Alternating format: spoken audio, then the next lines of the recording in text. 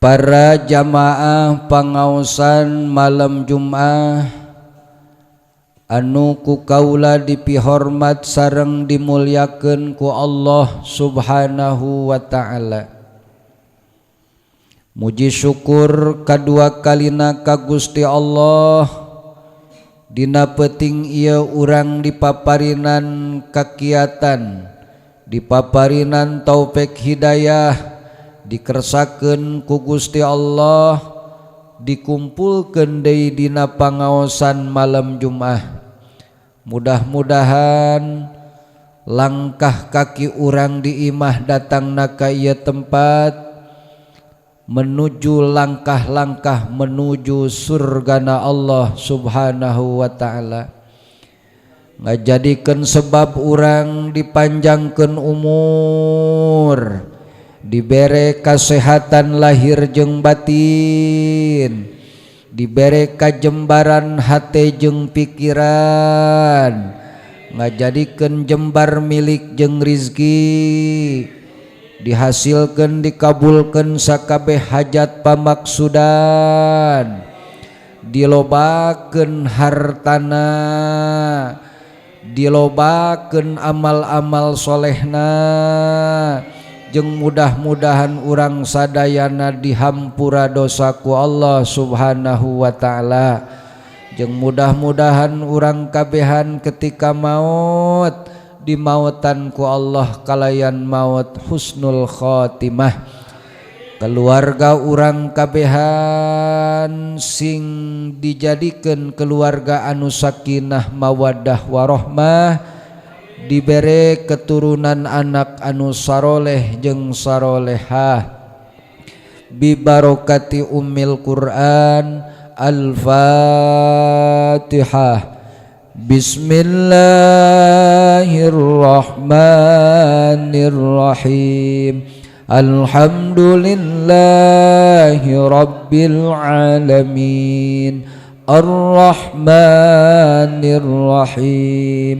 Maliki yaumiddin.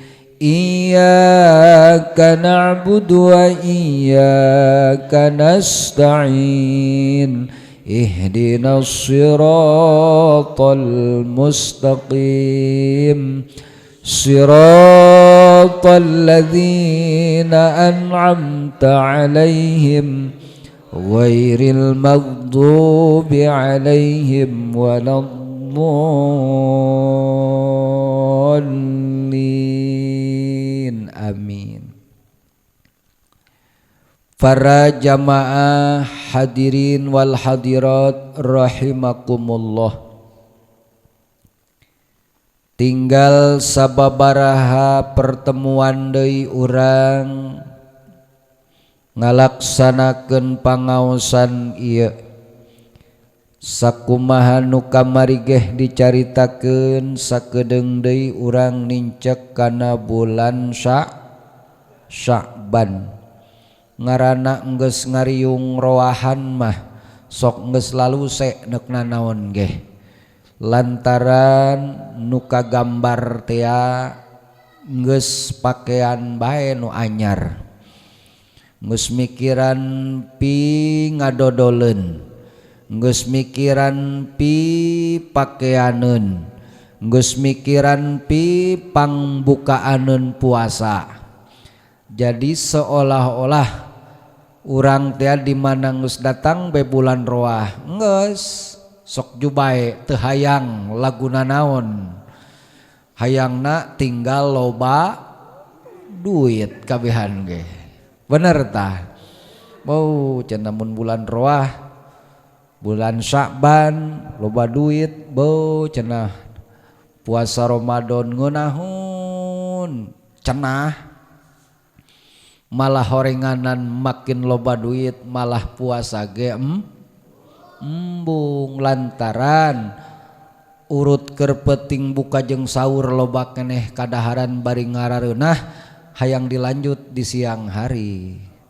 Itu kan jam meuli pangbukaan anakan ku loba teu seep keur peuting isuk-isuk ditenden dina tutup saji di meja diintipan deui Meni diincer eta tutup saji teh. Masya Allah, nenden goreng tempe nunggus seradat hasem geh ditenden digupet di lamari ditempuan deui iraha magrib. Nah, eta urang mah puasana kitu. Entak mudah-mudahannya para dulur sadayana urang mudah-mudahan ku Allah diberean panjang umur bisa urang ngalaksanakeun ibadah puasa Ramadan. Amin ya rabbal alamin. Bismillahirrahmanirrahim. Wal maqalatus sabi'atu wal ishruna an Sa'ad bin Hilalin rahimahullahu ta'ala. Jeung ari ieu maqalah anu nomor ka-27na kacaritakeun ti Imam Sa'ad bin Hilal. Muga-muga Allah ngarohmatan ka Imam Sa'ad bin Hilal, amin. Anjeunna nyarioskeun innal abda idza aznaba mannallahu ta'ala alaihi bi arba'i khisalin. Pihartieunana sanyanyana hiji jelma di mana-mana migawean hiji dosa aisara dzambin tegesna ngajadikeun jelma tersebut jadi jelma nu boga dosa, maka mannallahu ta'ala Allah bakal mere karunia kanikmatan ka eta jelema bi arba'i khisalin ku 4 macem perkara. Jadi cek eta Imam Sa'ad bin Hilal di mana-mana hiji jelma boga dosa tos melakukan dosa terus ngaranna boga dosa di awakna, maka eta jelema ku Gusti Allah bakal dibere 4 kanikmatan. Masya Allah, bisa kitunya migawe dosa dibere 4 kanikmatan. Gitu. Geus mun hayang boga 4 nikmat cenah berarti mah tinggal berbuat dosa bae geus. Masya Allah. Dugi ka ieu teh bahasa sindiran ka urang nama nyindir. Cek bahasa urang nama kieu geus ya mun hayang loba duit geus ulah sok salat gawe benyar duit hop ka ditu. Nyungkun. Ka artinya nyungkun tah mah. Tah jadi cenah cek anjeunna hiji jelma di mana boga dosa maka bakal dibere 4 kanikmatan. Nomor kahiji cek anjeunna la yahjubu anhu rizqa ay la yamna'uhu minar rizqi. Allah moal ngahalangan ka eta jelma tina rezekina. Mun nyiar duit ku babari enteng, mudah, gampang. Bisa jadi eta jelema tersebut di awakna aya dosa. Kabehan geh urang matu dosa maloba gitunya. Ngeun ieu mah ketika keur nyaritakeun di mana-mana jelma disebut boga dosa, melakukan dosa, eta nyiar rezekina ge sok babari, teu dihalang-halang ku Allah. Ya, usahana teh kadang-kadang maju sukses, buah-buah eta teh buah-buah istidraj ti Gusti Allah subhanahu wa ta'ala, panyungkun sungkunan tina dosa nu aya di awak sehingga cek lohop mangga bae. gitu. Urang usaha kacampuran ku bohong, ku ninggalkeun berbagai macam parentahan Allah dina keur usahana, eta sok babari. Giliran be jelema anu daek bari ibadah usahana sok rada hese menang duit nageh gitu. Tak urang ulah kapincut, ulah cemburu ka jelema anu seperti kitu. Tapi oge bukan berarti urang kudu mengecap negatif ka jelema anu boga melakukan dosa. Ulah lantas ketika urang manggihkeun jelema migawe dosa lantas ku urang dianggap bahwa eta jelema ahli neraka, teu meunang. Atau sebaliknya ketika urang nempo jamaah daek ibadah, urang ulah lantas menganggap bahwa jelema nu kitu teh ahli surga. Belum tentu. Lantaran mang pirang-pirang jalma ahli maksiat tapi kunaon ketika mautna dalam keadaan husnul khatimah. Dan tidak sedikit orang yang disolehkan, orang ahli ibadah katempona tapi meninggal dalam keadaan su'ul khatimah. Na'udzubillahi min zalik. Mantak ketika orang keur daekna kana ibadah nempo orang lain can daekeun kana ibadah bari aya keneh dina permaksiatan, ulah langsung urang memponis yen itu jelema ahli neraka. Jeung ketika urang nyeuleuh jelema cineluk bae di masjid tara balik, cineluk bae di musolah tara balik, bisa jadi eta jelema nu kitu teh ulah wakaku urang dianggap eta teh ahli surga, lantaran bisa jadi eta jelema teu balik nama gara-gara keur pasea jeung pamajikan. Jadi sieun balik na meureun. Tah, sing hade geus biasa bae urang nempo jelema rajin ibadah, atuh alhamdulillah iraha aing bisa kos nyana kitu. Nempo jelema keur maksiat, alhamdulillah Gusti kula diraksa keneh ku Gusti, kula mah teu dikitukeun ku Gusti. Jadi urang teh nyeleunu maksiat, nyeleunu ibadah eta kabeh ladang dadamelan Gusti Allah. Itu para dulurnya. Sakali deui jelema nu berbuat dosa, ngagaduhan dosa, eta sok tara dihalangan tina nyiaran rezekina, sok babari gampang.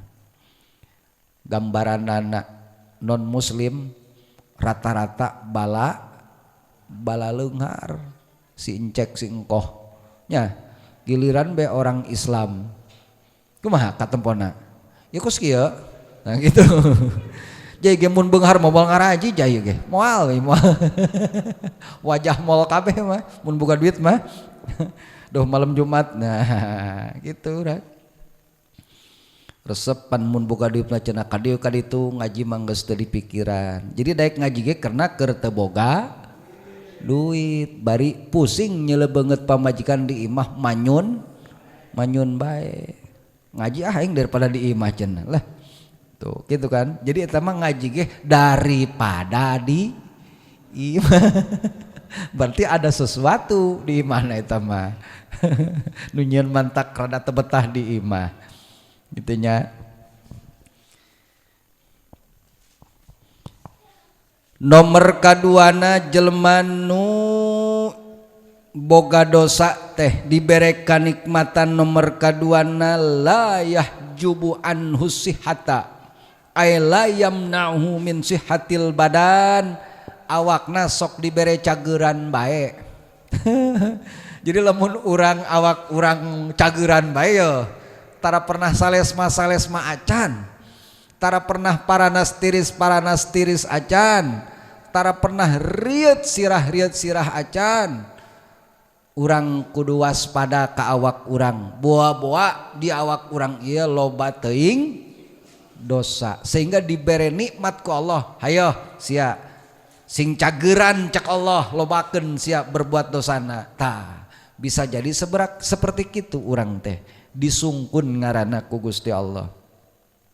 Tapi oge ulah sok memponis jelema ketika urang tos ngaji ieu isuk manggih jelema alhamdulillah cenah diberian cager bae geus sataun can ngalaman muriang loba dosa berarti sia.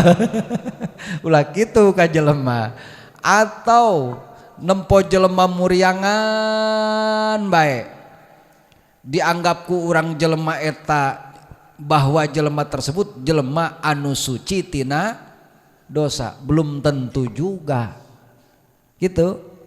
Belum tentu juga jelema nu muriangan bae jelema anu suci bersih tina dosa, jeung belum tentu juga jelema anu cageran bae jelema anu berlumuran ku dosa. Karena cager jeung sehat mah kersana Allah ngeun cek ulama biasana jelema nu cageran bae mah jelema anu keur disungkun ku Allah bahwa di awakna loba dosaan sengaja dikepar ku Allah keuna sakersana gitu, keuna sadaekna keun cek Allah neuk judi bae neuk maksiat bae neuk naon bae hop dibere cager bae ku Allah eta jelema.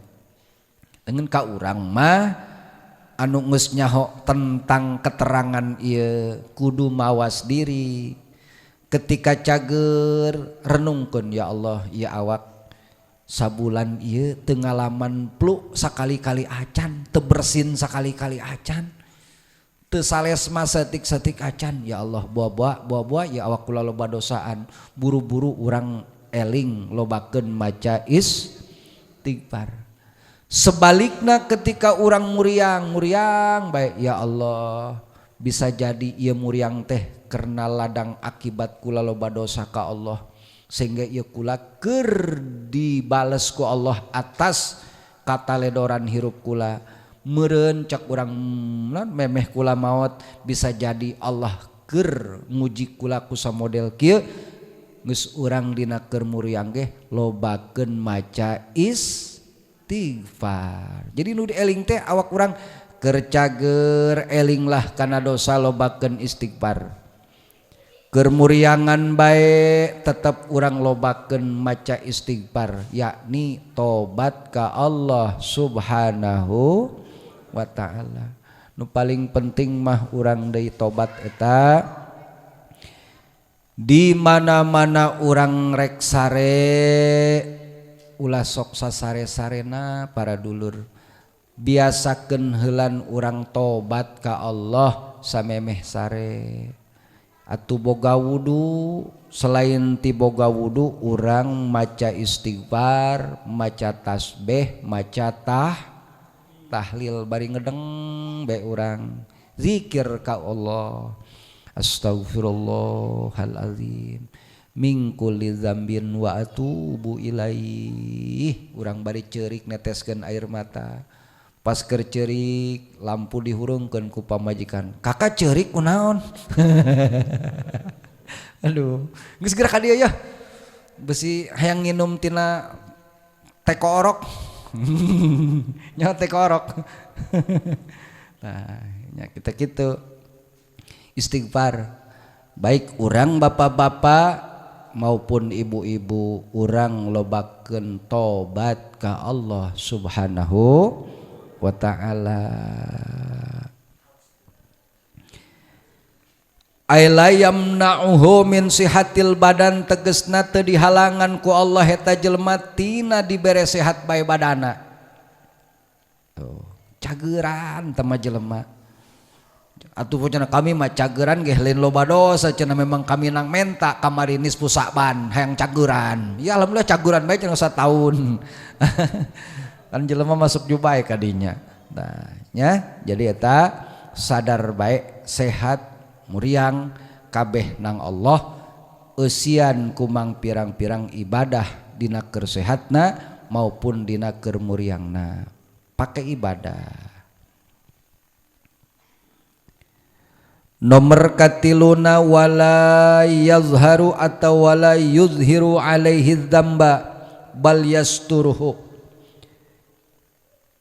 Cek Imam Sa'ad bin Hilal, Allah mual menampakkeun kaeta jelma terhadap dosa-dosana di dunia ieu, akan tetapi disimbutan aibna kagorenganana dosana ku Allah di alam dunia. Para dulur, para jamaah rahimakumullah, ketika orang berbuat dosa lantas balukarna tina dosa teu langsung dibijilkeun di alam dunia, teu langsung diazab, teu langsung disiksa di alam dunia, urang ulah ngarasa bangga bahwa Allah teh dianggap ngamaafkeun kana kelakuan dosa urang. Akan tetapi renungkeun ku urang kabehan, bisa jadi ieu aing teh dosa-dosa aing teh keur disalimbutan keneh ku Gusti Allah, dikumpulkeun teu diemrakeun azabna siksana di alam dunia, tapi gasan engke di yaumil kiamah. Nauzubillahi min dzalik. Mun teu mah urang melakukan satu maksiat lantas ja aing awak urut anu maksiat anu jatuh kunaon ya ulah sok kitu, masih keneh cager jeung sehat teh lantaran ku Allah ditutupan keneh gitu. Para jamaah, ja kami cenah ngadahar barang haram ge, ja ieu kami beuteung teu kunaon, lain kitu. Para jamaah, eta teh ditutupan keneh ku Allah, bisa jadi keur dikumpulkeun jeung engke gitu. Jadi urang sing eling lebah dinya ulah ngarasa aman-aman bae terhadap diri urang. Ketika urang boga dosa, hadena aing teu kanyahoan ku batur, atuh batur teu nyahoan ge Allah mah nyahoan, teu nyahoana batur kana kalakuan goreng urang, eta teh menang nutupan Gusti Allah. Tapi engke mah di ditu di alam mahsyar diembrak-embrakeun, mantak solusina eueuh deui iwal tikiwari urang lobakeun tobat nya, tobat urang ka Gusti Allah. Begitu. Nomor kaopatna, jelema anu migawean dosa dibere nikmatna wala yu'aqibuhu ajilan ay pisaatil hadirah, teu waka-waka disiksa di dunyana tina perbuatan dosana, teu waka-waka diembrakeun siksaanana. Anu tadi mah ditutupan keneh, seperti orang misalkan melakukan maksiat teu kanyahoan ku batur maksiat urang, teu kanyahoan teh lain cenah memang hebatna urang, tapi ditutupan ku Allah keneh kagorengan urang. Berikutna, urang teu buru-buru disiksa di alam dunia keneh atas perbuatan dosa urang teh lantaran eta ge sarua ditutupan keneh ku Gusti Allah, teu buru-buru disiksa di alam dunia. Kajaba hiji jelema anu doraka ka indung bapa, dua jelema anu doraka ka anak yatim, tilu jelema anu zalim ka jelema fakir. Tuh eta mah dibayar cash. Gerabe urang doraka ka indung bapa urang dibayar cash di dunia. Gerabe urang doraka ka anak yatim dibayar cash di dunia. Gerabe urang zalim ka jelema nu miskin, tijungkel urang di dunia.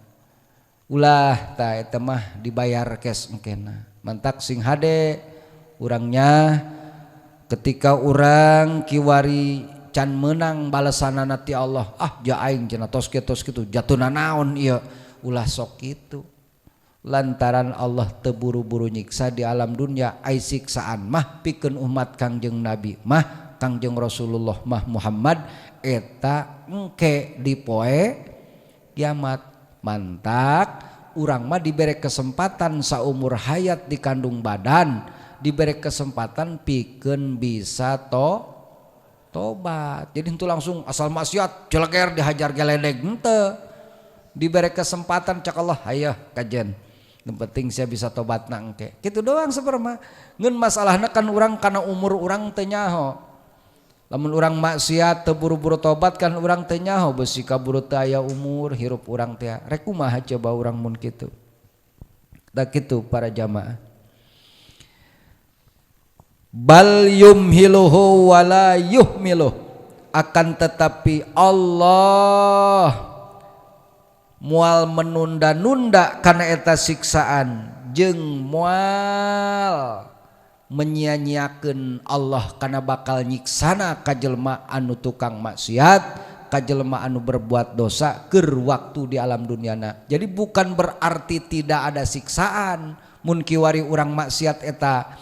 Namun cek Allah keun bae aya ieu catatanana memang geus dipastikeun poe kiamat adalah yaumul jaza, hari pembalasan. Keun bae teu aya di dunia siksana, nu pasti di akhirat bakal kapanggih. Saha nu berbuat kahadean meunang kahadean, saha nu berbuat kagorengan meunang kago. Pamaya mal misqala dzarratin khairai yarah. Wallahu alam bimurdi, sahajalma nu milampahan amal kahadean khairai yarah bakal mendakan kana kebaikan anak engke hasilna. Sebalikna wa may ya'mal misqala dzarratin syarrai yarah, sahabai deui jelma nu melakukeun amal kagorengan nya permaksiatan sanajan sagede sireum semut merah, sagede kuman, sagede tongo nu beureum anu geus gering 7 tahun nyana teu daang-daang pangleutik-leutikna, tetep bae di poe kiamat sanajan sakecil itu bakal kapanggih deui balasan gorengna ka awak urang. Nauzubillahi min dzalik. Jadi urang ulah ngarasa aman, ngadolim batur urang aman-aman saja, tidak, engke di poe kiamat urang bakal kena balasanana. Gitu. Renungkeun ku urang ti kiwari. Wa hukiya bahkan dikisahkeun anna Adam alaihi salamu sanyana Kangjeng Nabi Adam alaihi salam nyarioskeun cek Nabi Adam, innallaha a'ta ummata Muhammadin arba'a karomatin ma a'taniha, sesungguhnya Allah telah memberikan kepada umat Nabi Muhammad sallallahu alaihi wasallam 4 kemuliaan yang tidak diberikan 4 kemuliaan tersebut kepada diriku, cek Nabi Adam. Allah memberikan 4 kemuliaan kepada umat Muhammad, dan 4 kemuliaan tersebut tidaklah Allah berikan untuk diriku. Nomor kahiji cek Nabi Adam, ihdaha qabulu taubati kana bi Makkah. Nomor kahiji Allah teh narimana tobat kaula kudu di Mekah bae kula, karak ditarima tobatna gitu.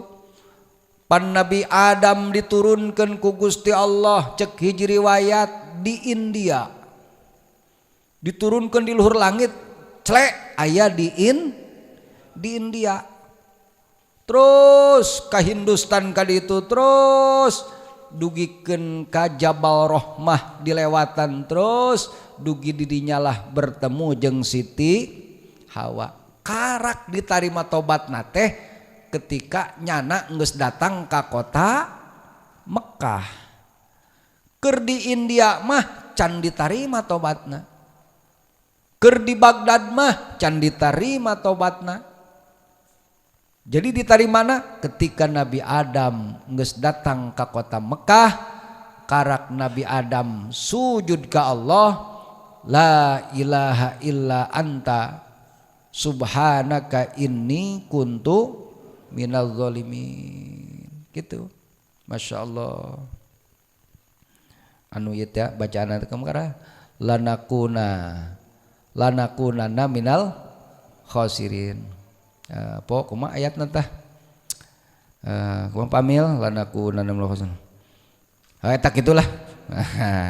Ai keur besok poho betu. Tah eta baca ku Nabi Adam. Ulan Rabbana zolamna cek Nabi Adam taeta bacaanana Rabbana zolamna anfusana wa illam tagfir lana wa tarhamna lanakunanna minal khasirin cek Nabi Adam. Masya Allah sujud Nabi Adam tahunan ka Gusti Allah teu hudang-hudang tina sujudna hayang dihampura dosa sakitu Nabi dugi ka kitu tobatna ka Allah teh ai urang mah lain nabi lain jelema nu soleh embung tah tobat ka Allah padahal dosana lobaan urang mun diitung-itung mah jeung Nabi Adam alaihi salam nu jadi kolot urang sadaya.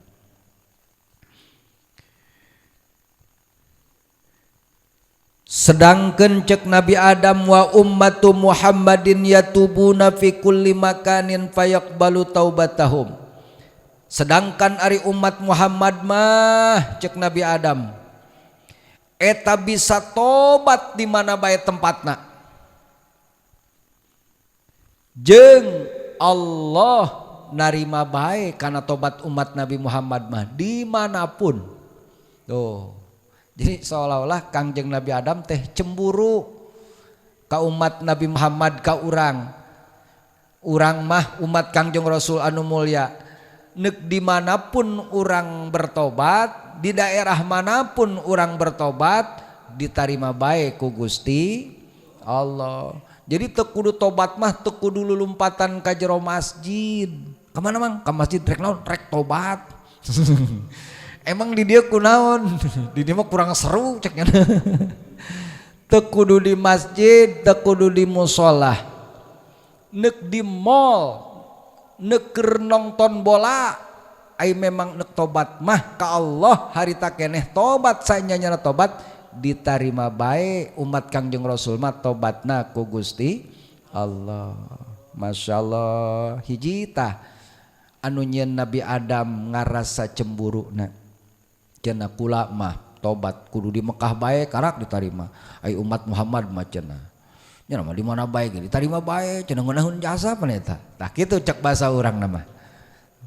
Nomor kedua cek Nabi Adam wasaniatu anni kuntu labisan.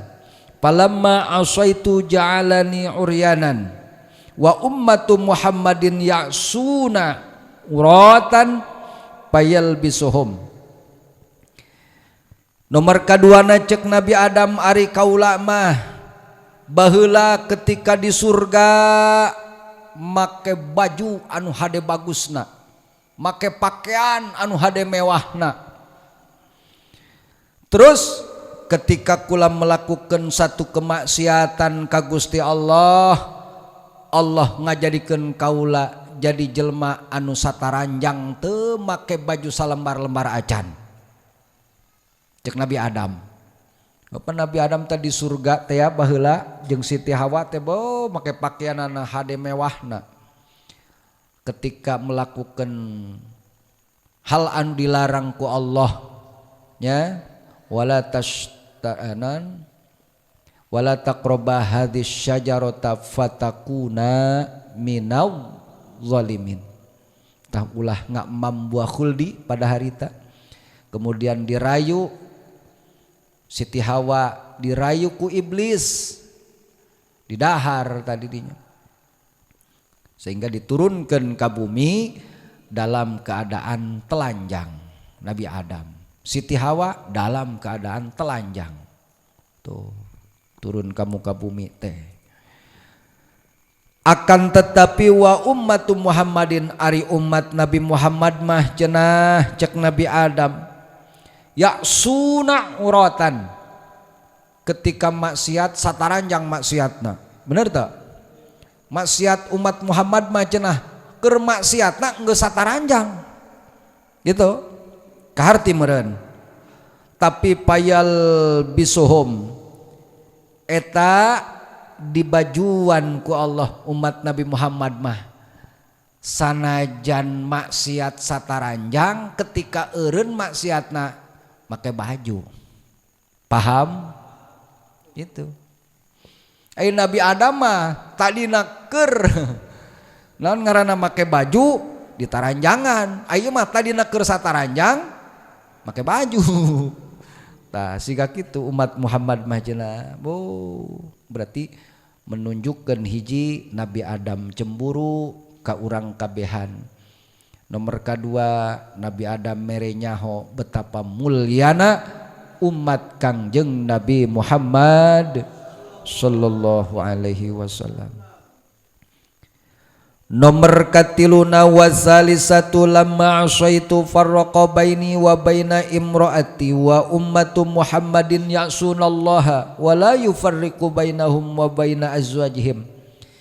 Cek Nabi Adam nomor katiluna ari kaula mah ketika maksiat dipegatkeun jeung pamajikan dipisahkeun. Tadina di surga keur ngadahar sesenangan buah khuldi di surga. Karena itu dilarang diturunkan ke alam dunia, bari diturunkeunna dipisahkeun. Masya Allah dipisahkeun Nabi Adam teh jeung Siti Hawa. Karunya eta bapa urang Nabi Adam pada hari tadi dipisahkeun jeung istrina nu ngaran Siti Hawa. Karunya luar biasa. Gara-gara melakukan satu hal anu dilarang ku Allah. Tuh. Ari umat Kangjeng Nabi Muhammad mah sanajan maksiat baik ka Allah teu dipisah-pisahkeun ku Gusti Allah jeung pamajikanana. Betul? Bahkan loba nu selingkuh ge jojong-jojong bae jeung pamajikanana weutuh. Bener teu? Nah. Gitu. Jadi umat Kangjeng Rasul mah sanajan istrina maksiat, salakina maksiat, tetep bae dauh baralik mah di imah ngahiji deui seserian haha hehe be. Gitu. Kumpul rejeng deui biasa, beda jeung Nabi Adam. Tah nomor katiluna cek Nabi Adam. Jeung ari nomor kaopatna anni asaitu fil jannah fa akhrajani minha wa ummatu Muhammadin ya'sunallaha ta'ala kharijal jannah fayudkhiluhum fiha idza tabu. Nomor kaopatna ari kaula mah nalika maksiat cek Nabi Adam di surga maka Allah ngaluarkeun ka kaula di surga. Tadina di surga gara-gara maksiat dikaluarkeun di jero surga cek Nabi Adam. Kulama kitu beda umat Nabi Muhammad mah gitu kan. Ari umat Nabi Muhammad mah tadina di luar surga. Kunaon gara-gara maksiat malah diasupkeun ka jero iza tabu nalika bisa bertobat. Gitu. Kan jauh bedana. Nabi Adam mah tadina di surga gara-gara maksiat dikaluarkeun tina surga. Ai umat Muhammad mah cenah ya cek Nabi Adam, urang maksudna ya. Urang mah di luar surga kiwari di dunia ngaranna lantas maksiat. Terus ketika orang maksiat malah diasupkeun ka surga lamun daek tobat.